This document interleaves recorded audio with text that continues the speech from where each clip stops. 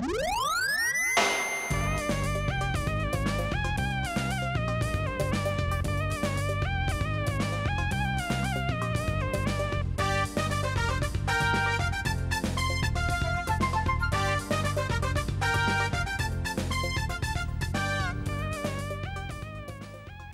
বন্ধুরা, শুভ বিকাল। তোমাদের সবাইকে একটা প্রীতি ও শুভেচ্ছা জানিয়ে আমি আশিক শুরু করছি এনটিভির নিয়মিত আয়োজন এবং তোমাদের সবার প্রিয় অনুষ্ঠান প্রাণ মিল্ক ক্যান্ডি কুইজ শো, জানার আছে বলার আছে। বন্ধুরা, অনুষ্ঠানের শুরুতেই তোমাদেরকে জানিয়ে দিচ্ছি ইউলিসিস সম্পর্কে কিছু তথ্য। ইউলিসিস আইরিশ লেখক জেমস জয়েস রচিত কালজয়ী উপন্যাস। এটি 1922 সালে প্যারিস থেকে প্রথম গ্রন্থাকারে প্রকাশিত হয়। একজন সাধারণ নাগরিকের একটি মাত্র দিনের কাহিনীকে ভিত্তি করে উপন্যাসটি লিখিত। গ্রিক কবি হোমারের মহাকাব্য ওডিসির সাথে অনেক সাদৃশ্য খুঁজে পাওয়া যায়। উপন্যাসটি 18টি পরিচ্ছদে বিভক্ত। ওডিসির 18টি চরিত্রের নাম অনুসারে উপশিরোনামগুলোর নামকরণ করা হয়েছে। সাহিত্য সমালোচকদের মতে বিংশ শতাব্দীর শ্রেষ্ঠ এই উপন্যাসের মাধ্যমে সাহিত্যে আধুনিকতার সূত্রপাত ঘটে। বন্ধুরা, আজকে আমাদের স্টুডিওতে উপস্থিত আছেন সঙ্গীত শিল্পী লিওন।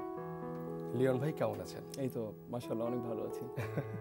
গানের মানুষ আপনি, গান নিয়ে সর্বক্ষণ আপনার বিচরণ, তাই শুনতে চাচ্ছি গান নিয়ে আপনার বর্তমান সময়ে কেমন যাচ্ছে?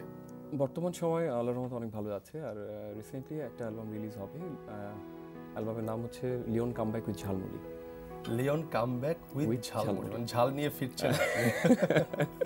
এই অ্যালবামে কি ধরনের গান থাকছে? এই অ্যালবামে সব ধরনের গান রাখছে, একদম ক্লাসিক্যাল থেকে শুরু করে ফোক থেকে শুরু করে মেটাল, মানে সব ধরনের, সেমি ক্লাসিক, রক কিছু থাকছে। মানে একের ভিতরে 10। হ্যাঁ, মানে পুরো অ্যালবামটাই আমি কম্পোজিশন করছি আর কি। বাহ, মানে অ্যালবামে যতগুলো গান রয়েছে সবগুলো আমার কম্পোজিশন করা। কতটি গান আছে অ্যালবামে? টোটাল আছে 10টি। 10টি গান লিখেছেন কে? লিখেছেন তানহাসনাত তানভীর, আমার খুব আদরের একটা ছোট ভাই। ওকে ছোটবেলা থেকেই দেখে আসতেছি। ওই আমার সব অ্যালবামের, মানে যত অ্যালবামের গান হয় সব ওই লেখে আর কি। আচ্ছা, তো আপনিও তো নিজে গান লিখেন? হ্যাঁ, নিজেও লিখি। এই অ্যালবামে কি আপনার লেখা কোনো গান আছে? অবশ্যই আছে। যে গানটি লেখা আমার, সে গানটি অবশ্যই আছে, করব যদি সময় পাই।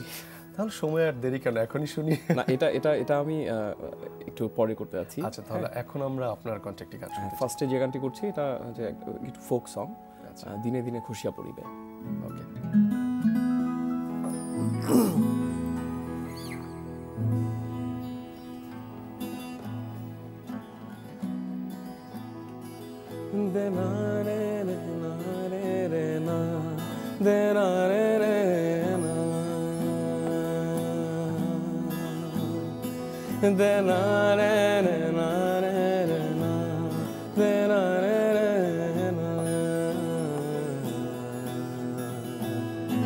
দিনে দিনে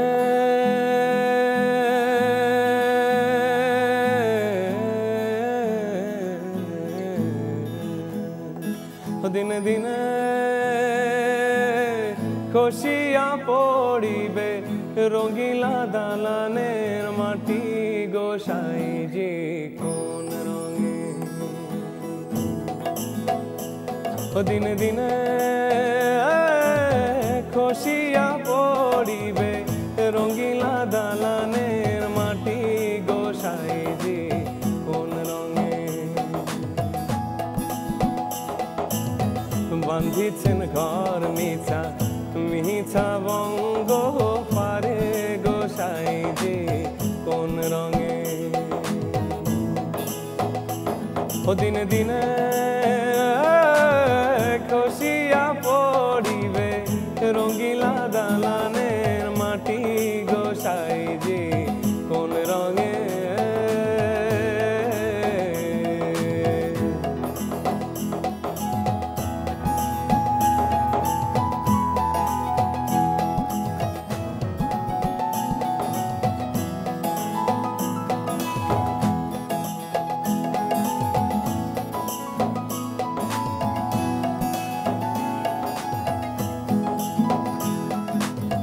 বাল্যনা কাল গেল হাসিতে খেলিতে, যৌবন কাল গেল রঙ্গে।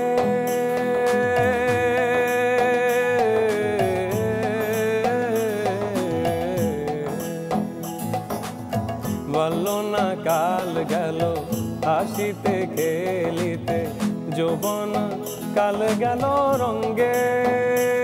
আর নিতরা নিঠোরা কাল গেল ভাঙিতে জিন্দরিতে গুরু বলিব কোন কালে গোসাইজি কোন রঙে ও দিনে দিনে খসিয়া পড়িবে রঙিলা দালানের মাটি গোসাইজি কোন রঙে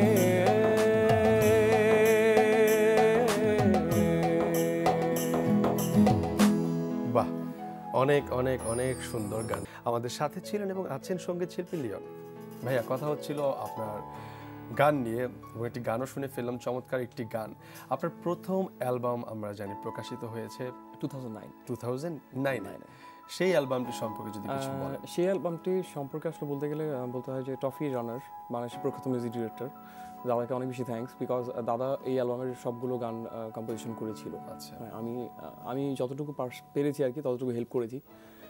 আর অ্যালবামের ম্যাক্সিমাম গান লেখা ছিল হচ্ছে তানের কথা তো বললাম, আমি তানসনাত তানভীর যে সব গান লিখে ওর। আর আমি আমার একটা গান লেখা ছিল ওই অ্যালবামে। হ্যাঁ, ওই অ্যালবামে, এই অ্যালবামেও আছে।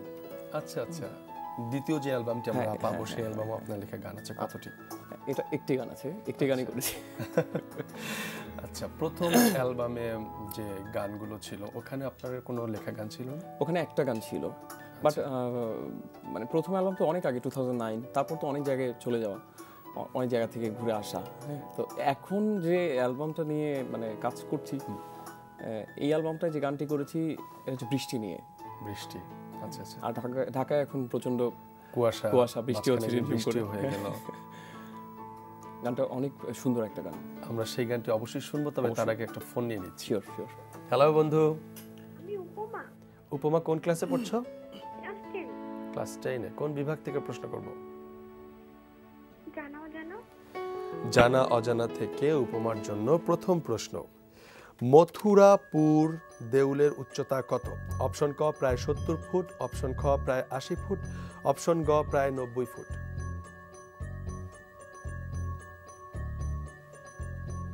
ছটপট উত্তর দিতে হবে। হ্যালো, সরি ভাইয়া, মনে হয় লাইনটি কেটে গেছে। সঠিক উত্তরটি হচ্ছে অপশন ক প্রায় 70 ফুট। ভাইয়া, আমরা আরেকটি ফোন নিয়ে নিচ্ছি। হ্যালো বন্ধু। হ্যালো। হ্যাঁ, আমি অপূর্ব। অপূর্ব, কোন ক্লাসে পড়ছো?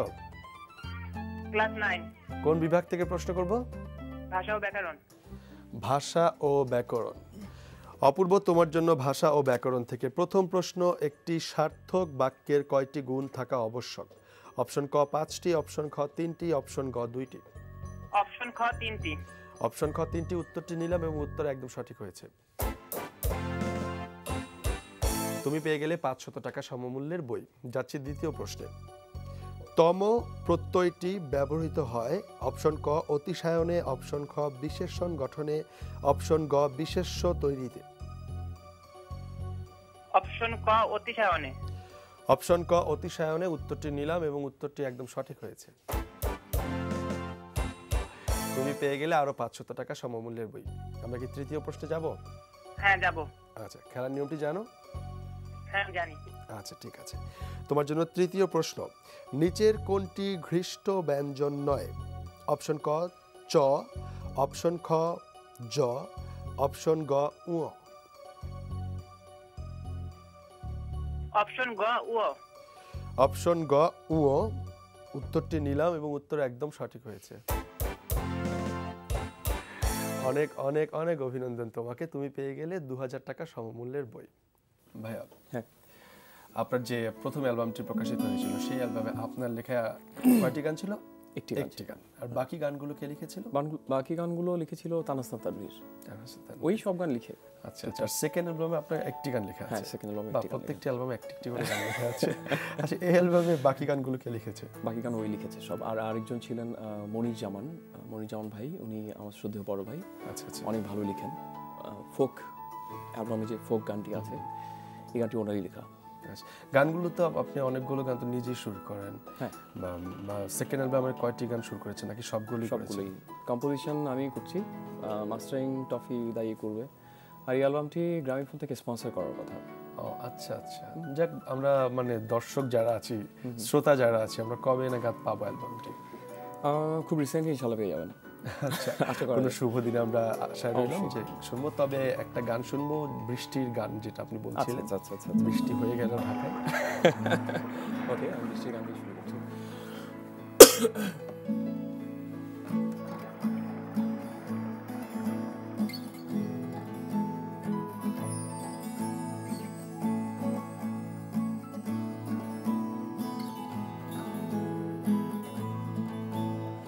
বৃষ্টিরে তুই ফিরে যা,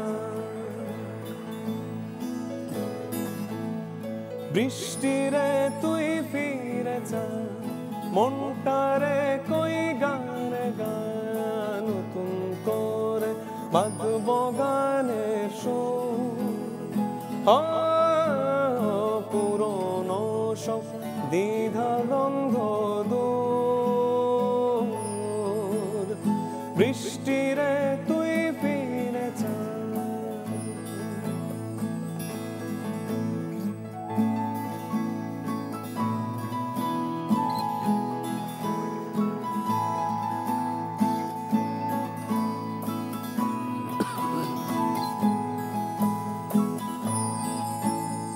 তুই তো থাকিস তোরই কাছে নিজের অজানায়, যখন আমি ডাকি তোরে কোথায় তোরে পাই।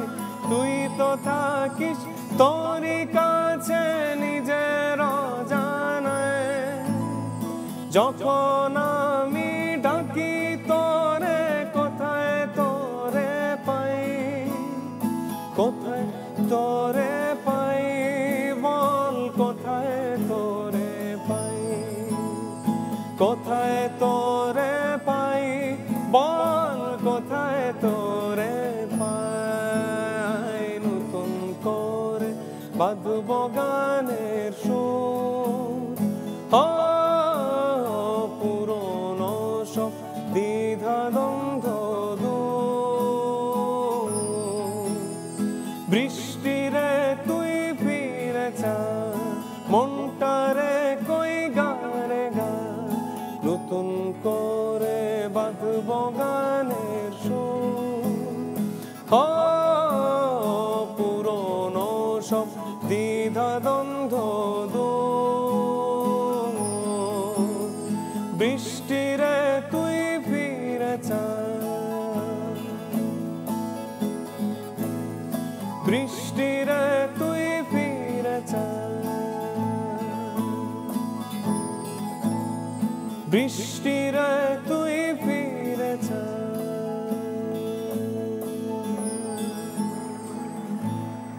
বাহ, একদম মুগ্ধ হয়ে গেছে আপনার গানটা শুনে। Thank you so much. বৃষ্টির গান এমনিতেও দর্শকদের এক ধরনের ভালো লাগা আছে বৃষ্টির গানে। হ্যাঁ, বৃষ্টি আসলে অন্য রকম একটা জিনিস, হ্যাঁ, মানুষ একদম আবেগপ্রবণ করে ফেলে। তোলে। আপনার যে গানের সুর, এই গানটি তো আপনি লিখেছেন, সুরও আপনার করা। হ্যাঁ, এই যে লেখা, সুর করা, গান গাওয়া, লেখা এবং সুর করা কবে থেকে শুরু করলেন? এটা 2006, যখন প্রজাপনে তো 2008-এ আসি। 2000 তো 2006 থেকে এটা শুরু করেছিলাম। তখনই তাহসান তানভীর অনেক ছোট, ও তখন অনেক পিচ্ছি, আমিও পিচ্ছি ছিলাম মোটামুটি। তারপর মানে আমাদের পুরো ব্যান্ডটা, আমাদের ব্যান্ডের নাম কিন্তু হচ্ছে সুফিজম উইথ রকস্টার। হ্যাঁ, সুফিজম উইথ রকস্টার্স আমাদের ব্যান্ডের নাম। তো আমাদের ব্যান্ডের মোটামুটি সবাই ছিল তখন। আর প্রিন্স যে ড্রামার ছিল, ওর কথা না বললেই নয়, ও তখন একদম পিচ্ছি বাচ্চা ছিল, এখন তো অনেক বড় হয়ে গেছে। আমরা আরো কথা শুনবো আপনার, তবে সময় হয়ে গেছে। আর একটা ছোট্ট বিরতি নেব, লেখার কথা শুনবো, সুরের কথা শুনবো। তাহলে দেখে নি কোন বন্ধু অপেক্ষা করছে আমাদের সাথে ছবি গ্যালারি খেলার জন্য। হ্যালো বন্ধু। হ্যাঁ ভাই, আমি ইমা, ইমা কোন ক্লাসে পড়ছো? ক্লাস 10-এ। ক্লাস 10-এ। ঠিক আছে, তাহলে স্ক্রিনে ছবিটি দেখে নাও এবং উত্তরটি ঝটপট দিয়ে দাও। ছবির এই সঙ্গীত শিল্পীর নাম বলো। অপশন ক সুধীন দাস, অপশন খ আব্বাস উদ্দিন, অপশন গ কলিম শরাফি। ঝটপট অ্যান্সার দাও। ভাইয়া খ আব্বাস উদ্দিন। অপশন খ আব্বাস উদ্দিন। উত্তরটি নিলাম ভাইয়া, উত্তরটি ভুল। সঠিক উত্তর হচ্ছে অপশন গ কলিম শরাফি। ভাইয়া, আরো একজন বন্ধু ফোনে অপেক্ষা করছে, ফোনটা নিয়ে এসে। হ্যালো বন্ধু। আমি ঐশী বলছি, ঐশী কোন ক্লাসে পড়ছো? ক্লাস 9-এ। ক্লাস 9-এ কোন বিভাগ থেকে প্রশ্ন করব? বুদ্ধির খেলা। বুদ্ধির খেলা, ঠিক আছে। ঐশী, তোমার জন্য বুদ্ধির খেলা থেকে প্রথম প্রশ্ন। তুমি নিশ্চয়ই জানো যে বুদ্ধির খেলায় কোনো অপশন থাকবে না। নাম আছে কাজে নাই, ডিম কিন্তু বাজারে নেই।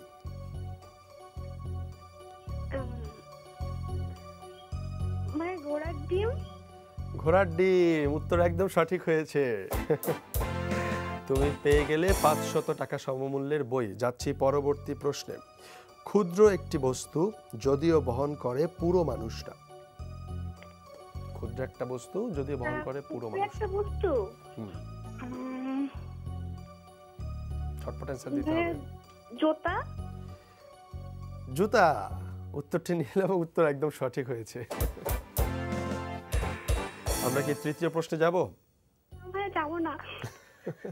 ঠিক আছে, অনেক অনেক অভিনন্দন তোমাকে। তুমি পেয়ে গেলে 1000 টাকা সমমূল্যের বই।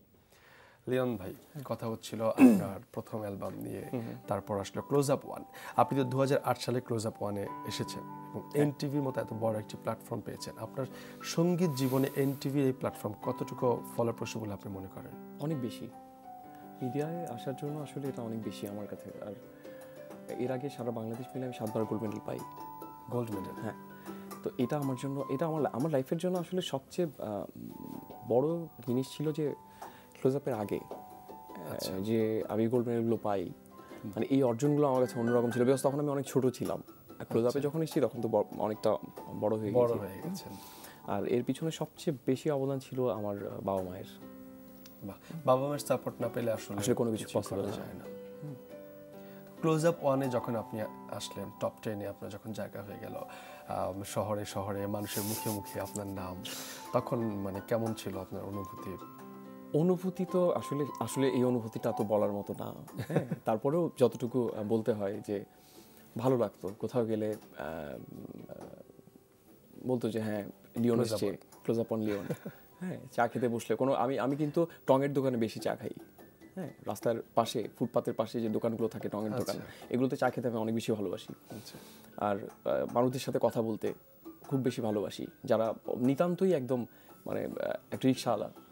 হয়তো দেখা যাবে আমি রিক্সায় চড়ে যাচ্ছি, তো তার সাথে কথা বলতে বলতে মানে কখন যে বন্ধুত্ব সুলভ একটা আচরণ হয়ে যায়, মানে এটা আসলে শিল্পীদের সাথে এটা বেশি হয় হয়তো বা। ক্লোজ আপ ওয়ান 2008 গেল, এরপর আপনি হঠাৎ করে উধাও হয়ে গেলেন। আচ্ছা, এরপরে ব্যাপারটা ছিল যে আমি ইন্ডিয়ায় চলে যাই, কলকাতায়। হ্যাঁ, কলকাতায়। ওখানে গিয়ে ওখানে কিছু গুরুজন ছিলেন আমার, ওখানে কিছু শেখা, আমার ওখান থেকে অনেক কিছু শিখেছি, অনেক কিছু শিখতে পেরেছি। তারপর শেখার পরে আমার মূল টার্মটাই ওখান থেকে আসলে। আচ্ছা আচ্ছা, মূল টার্মটাই ওখান থেকে। আর বেসিক্যালি আমি যে জিনিসটা নিয়ে সবসময় ভাবি সেটা হচ্ছে সুফিয়ানা। সুফিয়ানা, এই জন্য আমার ব্যান্ডের নাম হচ্ছে সুফিজমিত রকস্টার্স। আমার ব্যান্ডের 3 জন মেম্বার ইন্ডিয়া থেকে আসা। আচ্ছা। তো যেটা হচ্ছে যে ভাবতে ভাবতে হঠাৎ করে চিন্তা করলাম যে আমি সুফিয়ানা নিয়ে কিছু একটা করি। সুফিয়ানা বলতে বোঝাচ্ছি আমরা ক্লাসিক্যাল সুফি করি, যেটাকে বলা হয় যে বিভিন্ন রাগের সংমিশ্রণ। যেমন একটু আগে যে গানটা বললাম, বৃষ্টিরে তুই ফিরে যা, এটা কিন্তু বিভিন্ন রাগের সংমিশ্রণে এই গানটা করা। মেঘের গর্জন, মানে সেই তানসেন বলতে হয়, ওনারা যে মানে বৃষ্টি পড়তেন, বৃষ্টি পড়তো। তো এই জিনিসগুলো থেকে আমি অনেক কিছু ফিল করে করে করে করে করে আস্তে করে মানে নিজের ভিতরে নিয়ে এসেছি আর কি। গুরুজনের কথা যে বললেন, যে গুরুজন আসলে সঙ্গীত বলি বা শিল্প সংস্কৃতির যে কোনো শাখায় হচ্ছে গুরুমুখী বিদ্যা। অবশ্যই আপনার সঙ্গীতাঙ্গনে আপনার গুরু, আমার অ্যাট ফার্স্ট যে গুরুজি ছিলেন ওনার কথা আমি কখনোই ভুলবো না, এবং ওনাকে আমি অলওয়েজ স্মরণ করি। এবং ওনার কোনো সন্তান ছিলেন না, তো সন্তান ছিল না, উনি আমাকে নিজের সন্তানের মতো দেখতেন। উনি এবং কাকিমা, ওনার ওয়াইফ, ওনার নাম ছিল হচ্ছে অরুণ কুমার মুখার্জি, শ্রদ্ধেয় অরুণ কুমার মুখার্জি। উনি আমার গুরুজি ছিলেন, এবং এখনও যদি আমি ওনার সামনে যাই, মানে উনি এমনভাবে মানে আমাকে জড়ায় ধরে যে আসলে চোখ দিয়ে পানি পড়ে যায়। আসলে শিষ্যের যদি সাফল্য গুরুজন দেখে বা গুরুজি দেখে, তখন কিন্তু মনে হয় যে শিষ্যের চাইতে গুরুজির ভেতরে ভালো লাগাটা অনেক বেশি। এই ব্যাপারটা আমি একটু শেয়ার করি, ছোট্ট একটু। সেটা হচ্ছে যে এমনও সময় গেছে যে ক্লোজ আপ অনে যখন SMS চলছিল, SMS রাউন্ড, দিস টাইম আমি যখন কোনো কনসার্টে যাই, আনফর্চুনেটলি তখন গুরুজি আমার সামনে চলে আসে। তো স্টেজে আসার পরে আমি আসলে সেই স্টেজে আর গান গাইতে পারি নাই। এটা আমার এখনও মনে পড়ে। এবং আমার গানের যদি একদম গানের আমার মিউজিকের স্রষ্টা যদি বলতে চাই তাহলে আমার দাদু ভাই ছিলেন। আচ্ছা, উনি আজকে বেঁচে নেই, বাট ওনার কিছু জিনিস আমার উনি রেডিওতে নাটক করতেন, গান করতেন, তো ওনার কিছু জিনিস আসলে আমি নিয়ে এখনও চলে যাচ্ছি। সবাই মানে যারা দেখছে প্রোগ্রামটা সবাইকে বলবো যে সবাই যেন আমার জন্য দোয়া করে, আমি যেন পার্সোনালি মানে ভালো কিছু উপহার দিতে পারি মিউজিক থেকে। যাক, আমরা সবাই দোয়া করি যিনি পরে চলে গেছেন আপনার দাদু ভাই, তার জন্য তার আত্মার মাগফিরাত কামনা করছি। আপনার গুরুজি যিনি বেঁচে আছেন তার জন্য অনেক অনেক দোয়া করছি। আপনার বাবা মা যিনি আপনাকে তৈরি করেছেন, আজকে লিওনকে আমরা পেয়েছি যার জন্য, সেই বাবা মার প্রতি রইল অনেক অনেক শ্রদ্ধা ভক্তি। আপনাকে অনেক ধন্যবাদ আমাদের অনুষ্ঠানে আসার জন্য। এনটিভির পক্ষ থেকে, আমাদের অনুষ্ঠানের পক্ষ থেকে অসংখ্য ধন্যবাদ। আপনাকে অসংখ্য ধন্যবাদ যে অনেকক্ষণ সময় ধরে আমাকে আমার কথাগুলো শুনলেন, আমাকে সাপোর্ট করে গেলেন। আর আসলে এনটিভিকে থ্যাঙ্কস বলে ছোট করবো না কখনো। এনটিভি তো আপনারই পরিবার। এনটিভি আমারই একটা পরিবার। হ্যাঁ, এনটিভি আমারই একটা পরিবার, এবং এনটিভির যত মানুষ আছে যখন এনটিভিতে ঢুকি তখন বলে হ্যাঁ লিওন কেমন আছো, তোমাকে অনেকদিন পরে দেখলাম। মানে তখন আসলে মনে হয় যে এটা আমার একটা ভাই আমার সাথে কথা বলছে, ব্যাপারটা এইভাবেই। অনেক অনেক ভালো থাকবেন। তবে আপনাকে এভাবেই ছাড়ছি না, আমরা একটি গান শুনবো, তার আগে আমি দর্শকদের কাছ থেকে বিদায় নিয়ে আসি। শিওর। প্রিয় দর্শক শ্রোতা, বিশ্বের যে কোনো প্রান্ত থেকে যে কোনো সময় এনটিভিতে সম্প্রচারিত সংবাদ ও অন্যান্য সকল অনুষ্ঠান উপভোগের জন্য লগ ইন করুন আমাদের পূর্ণাঙ্গ ওয়েব পোর্টাল www.ntvbd.com। লিওন ভাই, হ্যাঁ, আমি যে গানটি গাচ্ছি আমার খুব প্রিয় একটা গান। গানটি আপনাকেও গেতে হবে আমার সাথে, যদি পারি। শিওর না, অবশ্যই পারবেন। খুব নোন একটা সং। আচ্ছা আচ্ছা।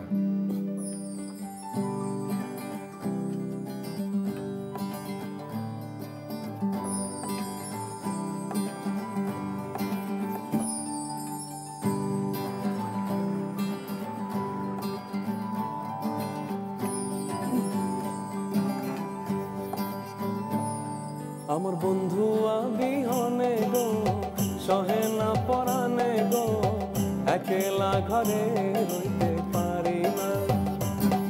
আমার বন্ধু বিহনে গো, সহে না পরানে গো, একলা ঘরে রইতে পারি না। আমার বন্ধু বিহনে গো, সহে না পরানে গো, একলা ঘরে রইতে পারি না।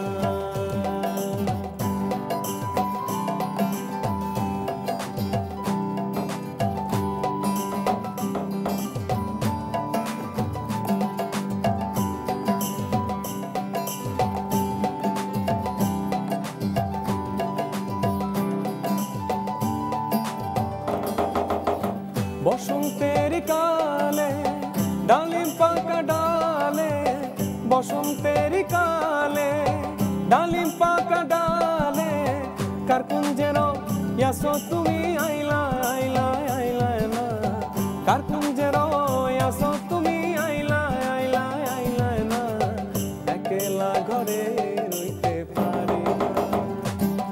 আমার বন্ধু বিহনে গো, সহে না পরানে গো, একলা ঘরে রইতে পারি না।